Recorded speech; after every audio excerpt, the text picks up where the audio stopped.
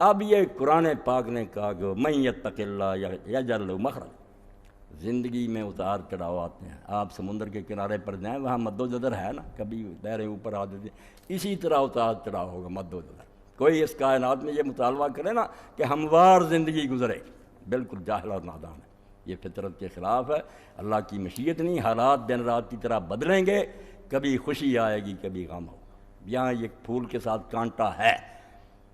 بادشاہ بھی بن جائے اور قارون کی طرح خزانوں کا مالک غمگین ہوگا. خدا بن نہیں سکتا کہ ہر خواہش پوری ہو، نہیں. ہزاروں خواہشیں ایسی کہ ہر خواہش پہ دم نکلے. بہت نکلے میرے ارمان لیکن پھر بھی کم نکلے. روتا جائے گا کہ کئی چیزیں یار رہ گئیں پروگرام. نہ یہ نہ ڈھونڈے کہ یہاں اس کی مرضی کے مطابق دنیا چلے گی. اللہ کی مرضی کے مطابق چل رہی ہے. اور وہ ظالم نہیں، بے رحم نہیں کہ مصیبتوں میں ڈالتا ہے. مصیبتیں آپ جانیں یقیناً وہی کام کرتی ہیں جو یہ سونا کو پگھلاتے ہیں، جس کوٹھاری میں وہ کرتی. کھوٹ الگ کرتی ہے، خالص سونا الگ کرتی ہے. وہ ظلم نہیں کرتی، جلا کر کھوٹ کو الگ کرتی ہے. مصیبتیں نہ آئیں، انسان کی کمزوریاں دور ہی نہیں ہو سکتی. اس میں جو تکبر ہے، بدماش بنا ہوا ہے، خلق خدا سے ظلم کرتا، صرف مصیبتیں اس کا سر جھکاتی ہیں. کہ کوئی ہے سپر پاور، اب کہاں ہے تمہارا اقتدار؟ وہ تمہاری سپاہ کہاں ہے تمہاری حفاظت کرنے والی؟ ہے نا کوئی طاقت؟ فرعون کو بھی پھر ڈوبتے ہوئے کہنا پڑتا کہ میں نے اس خدا کو مان لیا جس کے بارے میں موسیٰ اور ہارون کہتے تھے. قرآن میں اللہ نے کہا اب ساری عمر بغاوت اور اب ڈوبتے وقت تو کہہ رہا ماننا پڑتا. تو مصیبت نقصان دہ شاید نہیں. یقین جانے جیسے حضرت مجدد ثانی رحمۃ اللہ علیہ جب نظر بند کر دیے گئے اور جہانگیر نے 10 سال انہیں قید رکھا. اکبر بدماش نے دین الہی شروع کیا جس کو اب اکبر دی گریٹ کہتے ہیں. کہنے وہ دین ٹھیک ہے، ہندوؤں کے ساتھ بھی پیار محبت، ہندو عورتیں گھر میں لے آ جنہوں نے اس ملک میں اسلام کا ستیہ ناش کیا. اب بھی اس میڈم کو جس کو کہتے ہیں نور جہاں، اس کی پوتی نے ہندو سے شادی کر لی، کئی سید زادیوں نے کر لی. یہ روشن خیالی ہے. دین کہتا کافر کے ساتھ مسلمان بچی کا نکاح ہو سکتا نہیں. اور مسلمان بچہ بھی اگر زیادہ سے زیادہ کر سکتا تو یہود اور نصارہ کی لڑکیاں ہندو بدھوں کے ساتھ نہیں کر سکتے. کیونکہ یہاں صرف یہ شادی کو گھر بسانے کا معاملہ نہیں، دین کہ آگے ایک پاک نسل چلانی ہے. اپنے بعد ایسے آدمی چھوڑ کر جانے ہیں جو اس دین کے جھنڈے کو اٹھائی رکھیں. بنیاد اس لیے یہاں نکاح بھی عبادت. تو رسول کریم علیہ الصلوۃ والسلام نے دین نے ہر شے یہ بتائی اللہ کو مانو. وہ مصیبتیں بھی نازل کرتا بالکل وہ حکمت کے ساتھ. ان میں بہت فائدے ہیں. ڈاکٹر صاحب میرے سامنے بیٹھے، میرے بھائی ہیں دوست، کبھی مجھے ایسی گولیاں دیتے کڑوی جو جی نہیں چاہتا کھانے کو. وہ زیادتی کرتے ہیں میرے ساتھ. وہ جانتے ہیں کہ کڑوی دعا میں ان کی شفا ہے، میرے ساتھ شفیق ہوتے ہیں. اب 3 چیزیں جو اللہ کے بارے میں، اللہ کا بیان تو کریں تو زندگی ختم ہو جائے گی، یہ بیان ختم نہیں ہو سکتا. وہ خود غیر محدود ہے، اس کی شانیں نہیں بیان ہو سکتی. سادی خود کہتے ہیں کہ مدت تمام گشت و اب پایاں رسید عمر، وقت ختم ہو گیا، عمر بھی اخیر کو آ گئی. ماں ہم چنا در اول وصفے تماندار، ہم ابھی تیری تعریف کی عربے میں بیان نہیں ہو سکتی. سمندروں کی سیاہی نہیں بیان کرے. آج تک علم میں یہ نہیں سمجھ سکا کہ کائنات کتنی وسیع. جیسے جیسے دوربینیں طاقتور ایجاد ہوتی جاتی معلوم ہوتا جو جہان ہم سمجھے بیٹھے تھے اس سے آگے کروڑوں جہان ہیں. یہ زمین ان کے مقابلے ذرہ بھی نہیں، سورج بھی ان کے مقابلے میں کچھ نہیں. سنبھالے بیٹھا، چل رہے ہیں، جہان چل رہا. تو ایسا خدا، اس کی تعریف ختم ہو سکتی. مگر 3 چیزیں ایسی ہیں جو سمجھ لے تو آپ خوشی میں ہوں یا غم میں ہوں. یہ ڈپریشن جس کا شکار ہیں، لوگ مر رہے ہیں، یہ کہیں گے تدبیروں سے یہ حل ہو جائے، ساری دنیا مل کر کانفرنسیں کر لے اور حکومتیں اسکیمیں بنا دیں. نہیں، یہ اللہ نے کانٹا رکھا ہوا کہ مخلوق کو احساس رہے کہ ہم اس کے غلام ہیں. مصیبت نہیں ختم ہوئی، کسی نہ کسی رنگ میں آئی. جیسے جیسے یہ دوائیاں زیادہ ایجاد ہوئی، بیماریاں بڑھ گئی. ایسی بیماریاں جن کا نام ہی نہیں کسی نے سنا تھا اور علاج ہی نہیں ہو رہا. ڈاکٹر صاحب آندھی کہتے یہ حربے بس ہو گئے، ہم اب اللہ سے دعا کرو. تو اللہ نے جو باتیں کہی ہیں ان میں سے 3 باتیں جو آج کی بات سے متعلق ہیں ذہن میں رکھیں. آپ شفا پا جائیں گے ڈپریشن سے. آپ وہ سدا بہار پھر گلاب ہو جائیں گے کہ کبھی نہیں کملائیں گے. پہاڑ بھی گریں گے نا، آپ کا دل ہنستا خوش ہوں گے. بلکہ وہ مجدد صاحب کی بات میں کر رہا تھا، اکبر تو مر گیا اسی کا، مگر جہانگیر اسی راستے پر رہا. دربار میں سجدہ، ہندوؤں کو ساری اجازت، مسلمانوں پر قیامت آئی، کوئی بول نہیں رہا تھا. ایسا زمانہ آ جاتا نا کہ حکمران کسی کو چوں نہیں کرنے. سب بڑے بڑے علماء تھے، مشائخ تھے، ہندوستان بڑا بڑا تھا، اولیاء سے سب بس اپنے اللہ میں لگ گئے، کوئی نہیں بولتا. اگر اللہ اپنے دین کا محافظ ہے نا، سرہند جیسی گمنام بستی وہاں ایک درویش پیدا ہوا، احمد نامی، شیخ احمد سرہندی، جس کو ہم حضرت مجدد الف ثانی کہتے ہیں، کہ حضور کے بعد جب 1000 سال گزر گیا تو دین پر قیامت آ گئی۔ اس وقت کھڑا کیا گیا کہ اب نبی کا زمانہ نہیں، رسول کی ضرورت ہے، بہت مگر رسول بن رہا ہے، ایک ایسا شخص کھڑا کیا جائے جو اب دوبارہ 1000 سال کے بعد دین کو زندہ کرے۔ اللہ نے اس کو ہمت دی، توفیق دی۔ وہ مغلیہ سلطنت جو کلکتہ سے پشاور تک بلکہ کابل تک تھی، کون اس کا مقابلہ کر سکتا؟ اللہ کے بندے نے جو خطوط لکھے وہ چھپے ہوئے نا، بڑے بڑے رسالے ہی ہیں، مکاتیب مجدد الثانی رحمۃ اللہ علیہ، مکتوبات، گورنروں کے نام، جنرلوں کے نام، ان کی غیرت کو بیدار کیا کہ مسلمانوں نے جان دے کر یہ ملک اس لیے حاصل کیا تھا کہ ہندو راج کرے، مسلمانوں پر قیامت آئی ہوئی اور یہ دربار کے وزیر بنے بیٹھے، لوگ چونک اٹھے، ٹھیک نے ان کے اندر غیرت پیدا کی۔ اب ان کو جو بند کر دیا تھا لوگوں نے، جاسوسوں نے بتایا کہ ایک فقیر ہے جو لوگوں کو باغی بنا رہا، قید کر رہا، اپنے ساتھ جہاں لشکر اس کا جاتا ساتھ قید ان کو لیے پھرتا۔ 11 سال گزرے بے حضرت مجدد الف ثانی کے قید کاٹ، پھر گوالیار کے قلعہ میں نظر بند کر دیا، اپنی طرف سے یہی کہ بس ختم کر دیا، کوئی نہیں دین کا کام یہاں کر سکتا، مگر وہ لگے رہے۔ اب اس زمانے کے جو خط ہیں، بات لمبی ہو جاتی ہے، یہی مضمون آپ نے اپنے بیٹوں کو، گھر والوں کو، ساتھیوں کو جو خط لکھے وہ پڑھنے کے قابل۔ اللہ پر ایمان تھا نا، آپ نے فرمایا بچوں پوری زندگی مجھے دین کی باتوں میں وہ لطف نہیں آیا، نہ نمازوں میں، نہ روزوں میں، نہ قرآن پڑھنے میں، جو اس قید میں مجھے نصیب ہوا، ان مصیبتوں میں جو لذت آئی وہ نہیں ہے۔ یہ کڑوی دعا سے جو شفا ہوئی وہ میٹھی گولیوں سے نہیں، دل سے لکھی۔ اور پھر آپ دیکھتے ہیں نا، اپنے بیٹے کو لے کر یہ نالائق جو جاوید اقبال مجدد صاحب کی قبر پر گیا علامہ اقبال، اور وہاں جو نظم لکھی ہے اس میں یہی کہا، حاضر ہوا میں شیخ مجدد کی لحد پر، وہ خاک جو ہے زیر زمین مطلع انوار۔ کہتا مٹی کی قبر نہ سمجھو، وہ زمین پر آسمان کے سورج کی طرح ایک روشن منار ہے۔ اس کی تاریخ بتاتی ہے کہ اللہ کے بندے جب کھڑے ہو جاتے ہیں پھر اللہ آپ ان کے ساتھ ہوتا۔ گردن نہ جھکی جس کی جہانگیر کے آگے، ہے جس کے نفس گرم سے گرمی ہے حرام۔ جب پکڑ کر منگوایا دربار میں جاسوسوں کے بتانے پر، پیشی ہوئی آپ نے سجدہ نہیں کیا السلام علیکم کا۔ اب وہاں تو یہ جرم تھا کہ بادشاہ کو السلام علیکم کا سجدے میں پڑھتے تھے، علماء تک نے کتاب میں لکھ دی کہ سجدہ تعظیمی جائز۔ اس نے کہا آپ نے سجدہ نہیں کیا، فرمایا جو گردن خدا کے سامنے جھکتی ہے وہ جہانگیر کے آگے نہیں جھکتی۔ سزا ملی پھر، مگر آخر میں یہ ہوا کہ جو گورنر تھا، جو جرنیل تھا، ان سب نے آنکھیں دکھا دی، انہوں نے کہا جہانگیر معافی مانگ، جج صاحب کو رہا کر، اور جو ان کا کہنا اس کے مطابق کر، ورنہ اینٹ سے اینٹ بجا دیں گے۔ کابل سے لے کر کلکتہ تک فقیر کی تحریک، اخلاص سے، کوئی لالچ نہیں، کوئی کرسی نہیں، دین کا غم تھا۔ وہی جہانگیر معافی کے لیے گیا، آپ کو آزاد کیا، اپنے بچے شاہ جہاں کو مرید بنوایا حضرت کا، اور جو حکم دیا ساری سلطنت نے اس کو جاری کیا۔ اور یہ رخ بدلنے کا نتیجہ یہ ہو کہ جہانگیر کا پوتا ہی دین کو زندہ کرنے والا محی الدین اورنگزیب عالمگیر پیدا ہوا، جس نے وہ کام کیا جو عام عالم بھی نہیں کر سکتا۔ اللہ پاک فرماتا ہے من یتق اللہ یجعل لہ مخرج۔ آپ نے پھر تفسیروں سے پڑھنا، میں اشارہ کر کہتا جو اللہ کہتا جو مجھ سے ڈریں گے، میرا حکم مانیں گے اور گناہوں سے بچیں گے، وہ سمجھتے ہیں مصیبتوں میں پڑے رہیں گے، بھوکے مریں گے، معاشی تنگیاں آئیں گی۔ بالکل غلط بات ہے، یہ تنگیاں نیکوں کو بھی آئیں گی، وہ الگ بات ہے، وہ اللہ تعالیٰ کی مرضی ہے، مگر مومن کے لیے یہ چیزیں کوئی بری چیز نہیں، بہت اعلیٰ ہے۔ 3 چیزیں سہارا دیتی ہیں۔ ایک یہ کہ اللہ تعالیٰ میرے حالات سے آگاہ ہے، جس کو اللہ کے علم مطلق کا یقین نہیں نا، وہ نہیں جانتا کہ جو جہان چلا رہا ہے اس کو سارے حالات کی خبر ہے۔ جو سمجھے مصیبت یار آ گئی، پتہ نہیں، اللہ کو پتہ ہی نہیں، اور ڈپریشن نہیں کا شکار نہیں ہونا تو اور کیا ہوگا۔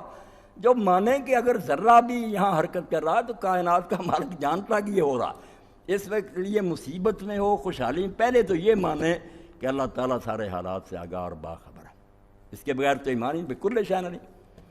دوسری بات یہ مانے کہ وہ اللہ حکیم ہے، پاگل نہیں ہے، بیوقوف نہیں ہے، نادان نہیں ہے، ساری دانائی اور حکمت جو ہے اسی کے پاس ہے، بندوں کو تو ذرا ذرا، جب اس کو حکیم مانے گا دانا، تو جیسے طبیب پر حالانکہ ڈاکٹر کاٹ دیتے ہیں، لوگ خوشی سے فیس دے کر کٹواتے ہیں، کیوں؟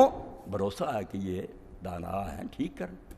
تو یہ مانے گا کہ اللہ اگر مصیبت نازل کرتا ضروری نہ ہوتی تو کیوں کرتا، وہ احمق ہے کہ غلط کام کرے، دانا ہے۔ اور ساتھ ہی یہ کہ اگر سمجھے کہ جانتا بھی ہے، دانا بھی ہے، مگر وہ یار مہربان نہیں ہے، لاپرواہ ہے، لوگ مرتے رہیں روتے رہیں، جیسے یونان کے دیوتا جو ہیں وہ پہاڑ پر بیٹھے تماشا دیکھتے تھے، لوگ جتنا جتنا چیختے تھے انہیں مصیبتوں میں خوشی نہیں، وہ رحمان اور رحیم، ماں باپ کے دل میں بھی وہ شفقت نہیں ہے۔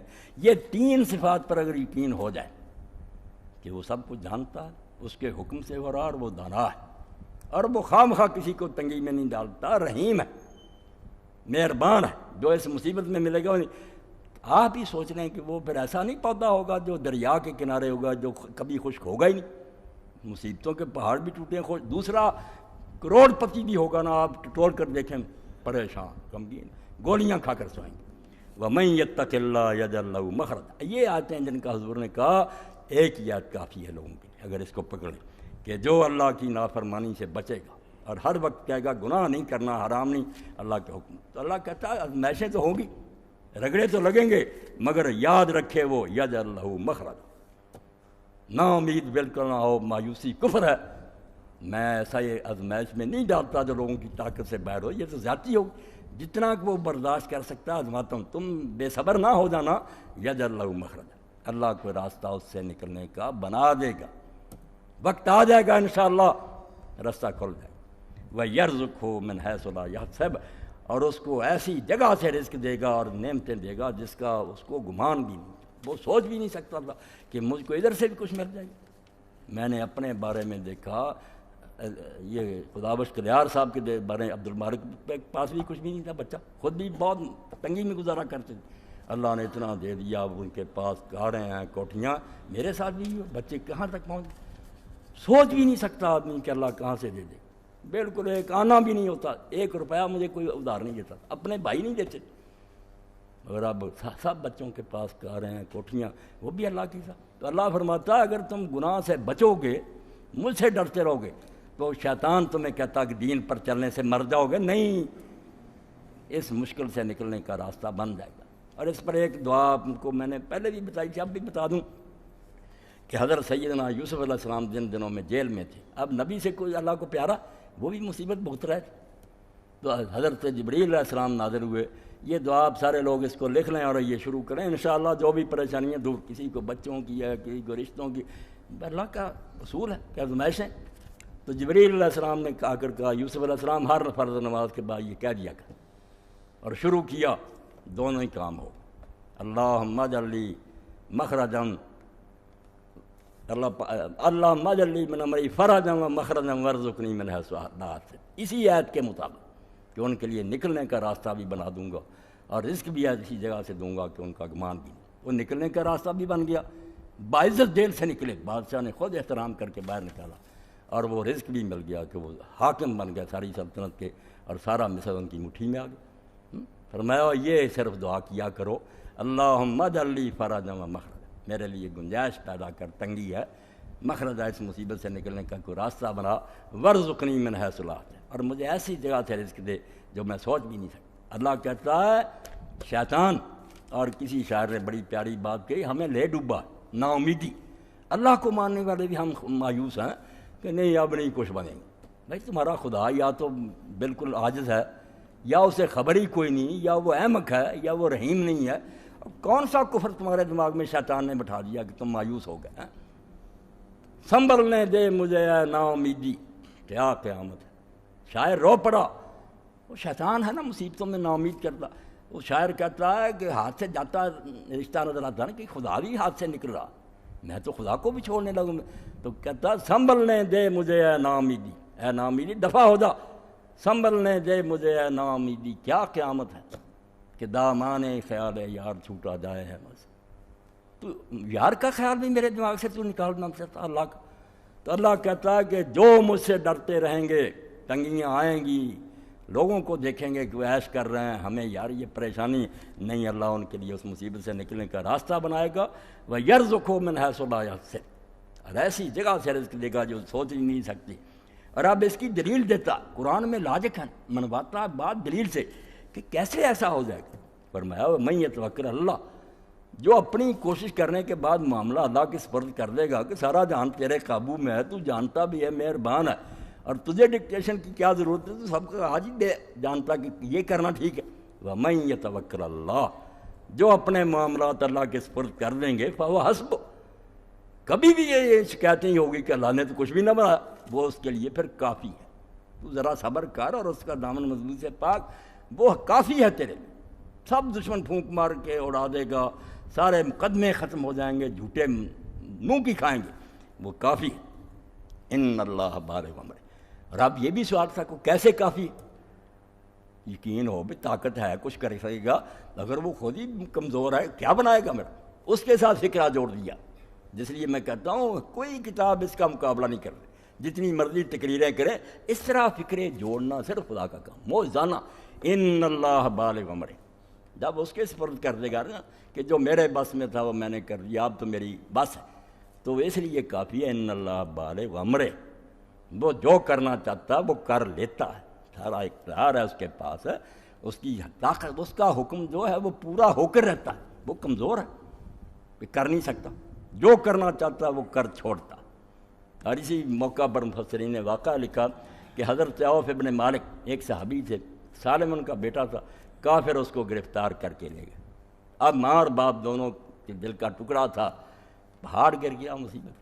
تو حضرت عوف حضور کی خدمت میں آئے اور بتایا کہ رسول اللہ کافر پکڑ کر بیٹے کو لے گئے، خدا معلوم کس حال میں ہے، زندہ یا مردہ، میں اور اس کی ماں روتے رہتے۔ تو حضور نے فرمایا تو اللہ سے ڈر، صبر کر، اور تم دونوں جو ہے نا میرے بھائی بہن، استغفار کی، لا حول ولا قوت الا باللہ کی کثرت کرو۔ میری بہن کو بھی بتا دینا، آپ بھی یہ دونوں پڑھنا شروع کرو کہ تیرے سوا اللہ نہ کوئی مصیبت کو ٹال سکتا ہے، نہ کوئی کسی کو فائدہ پہنچے، لا حول ولا قوت۔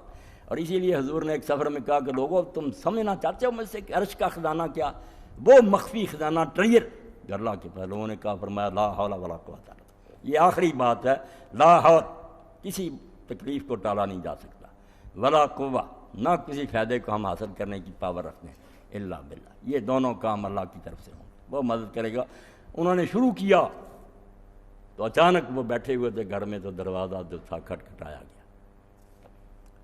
جب دروازہ کھولا تو سالم کھڑا تھا اور اونٹ تھا اس کے پاس، انہی کافروں کا اونٹ اس کو مل گیا جس پر وہ بھاگ کر آیا، بیٹا بھی آ گیا، وہ اونٹ بھی جاتا آ گیا۔ ان نے حضور کو جا کر بتایا کہ اللہ کے رسول وہ تو وظیفہ شروع کیا تھا، بچہ بھی آ گیا، مال اب اونٹ کا کیا کریں؟ فرمایا حلال ہے، وہ حربی ہیں، ہماری ان کے ساتھ جنگ ہے، ان کا مال ہر طریقے سے حلال۔ تو اللہ نے یہ کہا کہ تو کیوں سمجھتا ہے کہ اگر میں نے اللہ کے حوالے کر دیا تو نہیں ہوگا؟ یا تو کہہ دے کہ اللہ کچھ کر ہی نہیں سکتا، ورنہ اگر ان اللہ بالغ امرہ، اللہ اس کو کہتے ہیں جو کرنا چاہتا ہے وہ کر لیتا ہے، اس کے ارادے میں کوئی شے مزاحم نہیں ہو سکتی۔ قد جعل اللہ لکل شیء قدرا، اب یہ بھی موتی دیکھیں کیسے ہار جو ہے نا پرویا ہوا کہ کب ہوگا یہ کام پہ، سوچتا ہے انسان کو ٹائم۔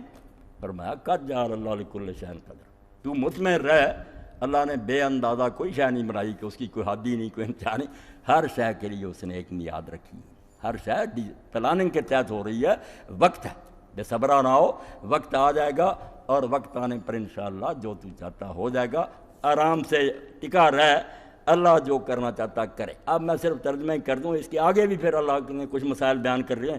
پھر فرمایا کیسی تسلیاں، اور اسی لیے جو کہتے ہیں کہ اللہ نے یار سوچنا کتاب اتارنی ساری ایک وقت ہی حضور پاس اتار لی، وہ اللہ نے کہا کہ کتاب لکھ رہا ہوں تو ایسا کروں نا، یہ کتاب نہیں، یہ سہارا ہے کہ جب ایک تحریک کو لے کر نبی چل رہا، ساتھی جیسے حالات پیش آتے ہیں بیچاروں کو رہنمائی کی، تسلی کی، اسی وقت کوئی پیغام آ جاتا، خوشی ہو جاتی ہے، دل پھول کی طرح کھل جاتے ہیں، اللہ پیغام دے جاتا کہ گھبرانا نہ، میں تمہارے ساتھ۔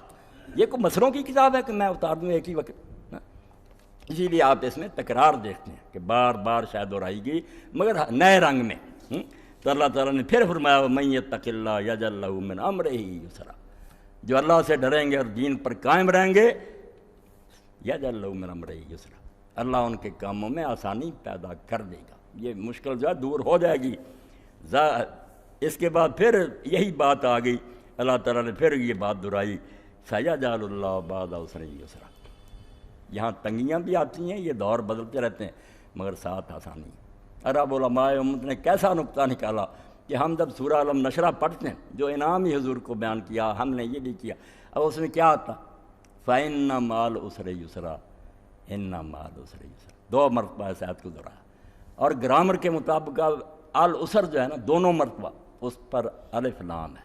جیسے ہم اے این بولتے ہیں، ادھر بولتے ہیں کہ یہ ڈی ہے، اے بک کوئی کتاب، ڈی بک ہوتی خاص، معرفہ ہو جاتا ہے العسر، پھر وہ وہی العسر۔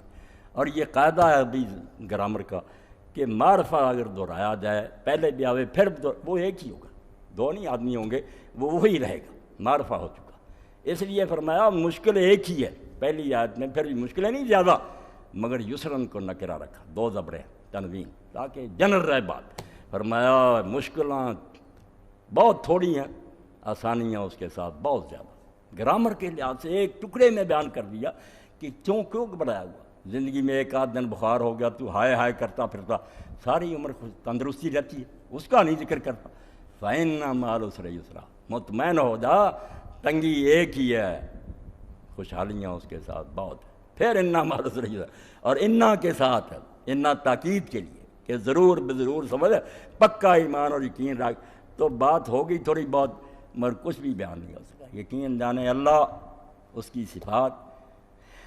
اب اللہ کو مانا تو وہ معتبر سمجھا جاتا جو اللہ کو اس طرح مانا جائے جو سچ مچ ہے، کہ حالات سے واقف ہے، دانا ہے، رحیم ہے، قادر مطلق۔ ایسا خدا مانیں گے تو بات بنے گی۔ اگر یہی ہے صرف کہ کوئی ہے اللہ، اس سے کیا بنے گا؟ نہ کوئی اثر ہوگا، نہ آپ کو کچھ تسلی ہوگی۔ اسی لیے رسول کریم علیہ السلام نے منیمم یہ بیان کیا کہ اللہ کی شانیں انگنت ہیں، اور بہت وہ ہیں جو اس نے ہم سے پردے میں رکھی ہیں، مگر 99 بیان کر دی ہیں، 99 ایسی بیان کر دی ہیں جیسے پھول ہوں گلاب کے 99 ہار بنا ہوا، اللہ کے گلے میں یہ ہار سمجھیں یا اس کے تاج پر یہ موتی سمجھیں، 99 کہ اللہ کے 100 سے ایک کم نام ہیں، ان کو سمجھ لو، تم ان کو ذہن میں رکھو، فرمایا جنت میں داخل ہو جائے۔ 3-4 کی میں نے تشریح کی کہ وہ علیم ہے، حکیم ہے، رحیم ہے، قادر ہے۔ کیسا آپ کو اور مجھ کو مزہ آیا کہ اگر وہ 99 سمجھ میں آ جائیں کہ جس خدا کو ہم مان رہے ہیں اس کی تو یہ شان ہے، پھر مومن اور گھبرائے اور دنیا کی طاقتوں سے کانپے کہ ہمارے پاس ہتھیار نہیں ہیں، وہ سپر پاورز ہے۔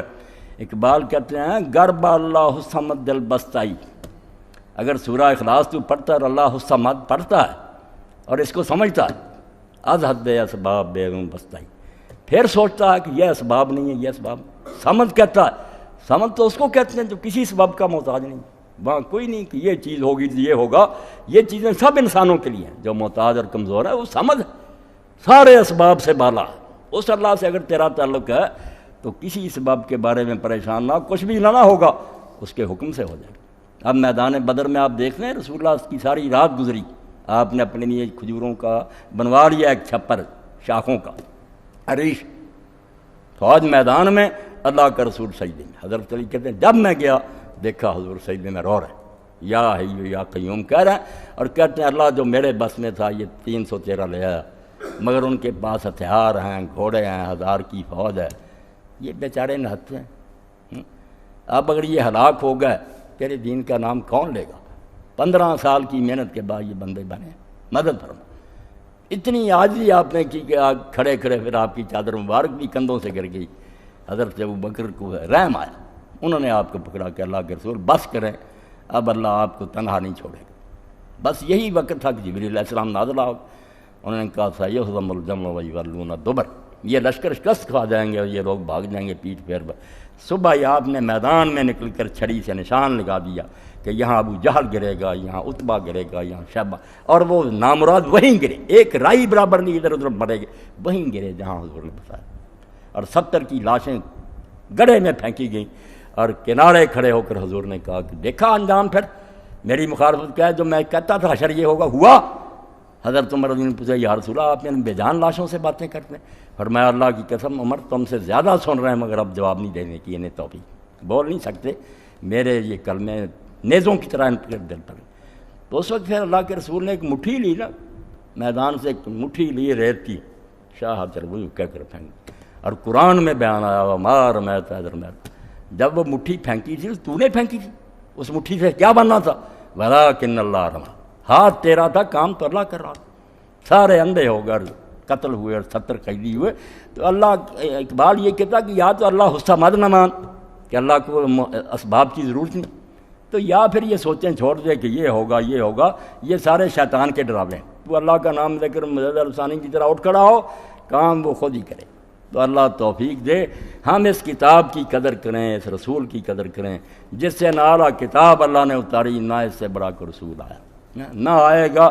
اب ایسی 2 نعمتیں جن کے بارے میں امام کہتے ہیں جعفر الصادق کہ اللہ کھانے پینے کا نہیں پوچھے گا، یہ کوئی بات نہیں، کھانے پینے کے لیے دیا تو دینا ہی تھا بندوں کو، پوچھے گا ان 2 نعمتوں کا کہ قرآن جیسی کتاب دی، محمد صلی اللہ علیہ وسلم جیسا رسول دیا، تم نے ان کا کیا حق ادا کیا۔